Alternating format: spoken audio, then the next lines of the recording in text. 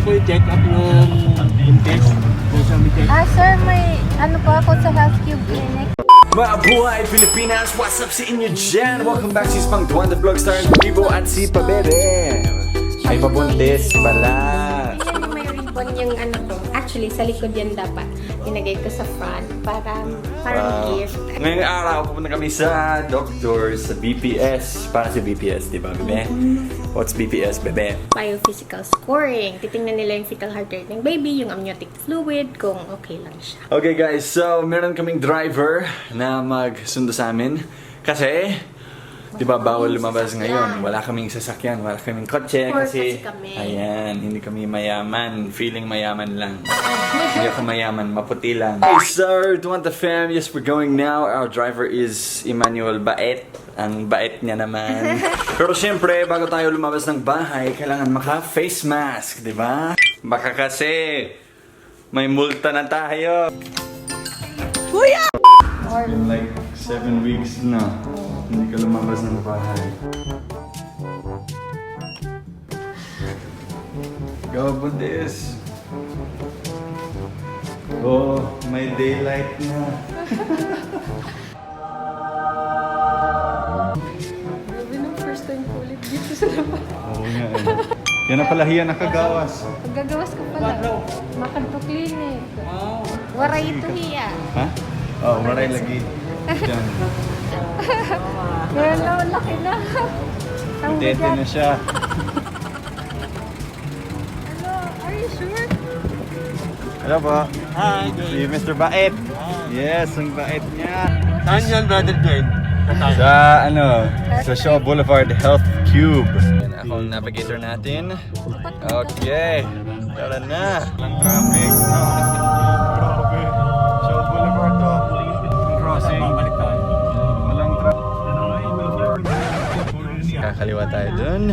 Sarado din yan. Sarado eh. Nakakainisin kasi kapag may emergency, paano ka pupunta sa hospital or ganun, di ba? Kasi emergency nga buong mundo ngayon. Malapit lang ang medical clinic sa bahay namin, mga 3 kilometers, pero grabe ang daming kalsada na sarado.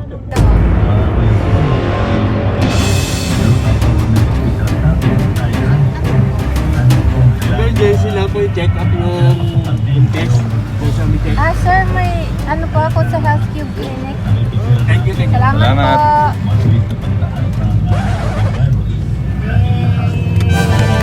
Nasok si Buntis. Ayun, dito na tayo. Karating. You made it, Buntis. Pasada ka sa checkpoint. Binod Ghost Town. Walang tao.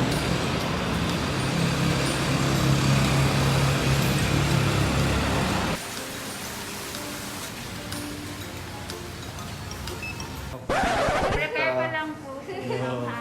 Ikaw na lang. Bye-bye, bebe. Sayang, bawal ako sa loob. Hintay muna tayo. Sumisilip na ako.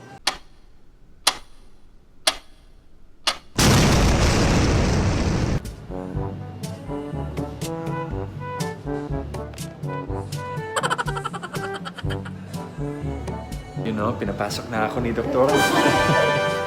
Alright, Shanta, kumusta? Uy, nakakahirap siya po. Pero ito bawal. Ay, bawal siya sa video. Okay. Si mami na lang. Ayun. Buti na, no? Malaki this year. Butete ka na talaga sa kita. Uy, huwag ka Pinipindot ko ba?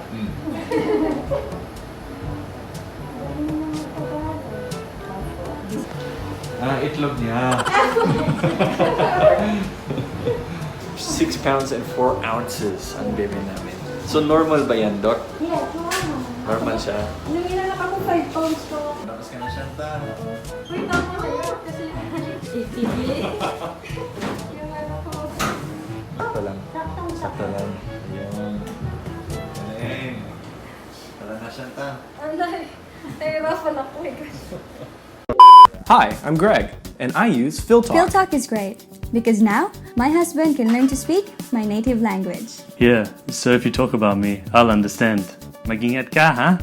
If you want to learn Tagalog or Bisaya, PhilTalk is awesome. Connect, learn, and discover with Phil Talk.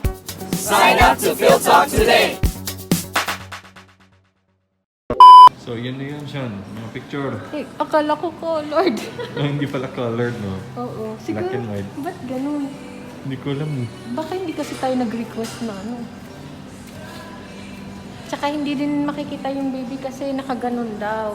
Oh, Nagtatago siya, kaya hindi, kahit colored, di mo mahiyain makikita. pala siya. Pero sabi ni Doktora, chubby chicks daw siya. Thank you po. Oh, chubby chicks, kagaya mo. Alright, Don the Fam, uwi na tayo. And Don the Fam, dito na kami sa bahay. At hubad kami kasi wala nang damit. Kasi matamad maglaba. Joke. May shorts naman ako, huwag kayong mag-alala. Santa, can I put you on the camera?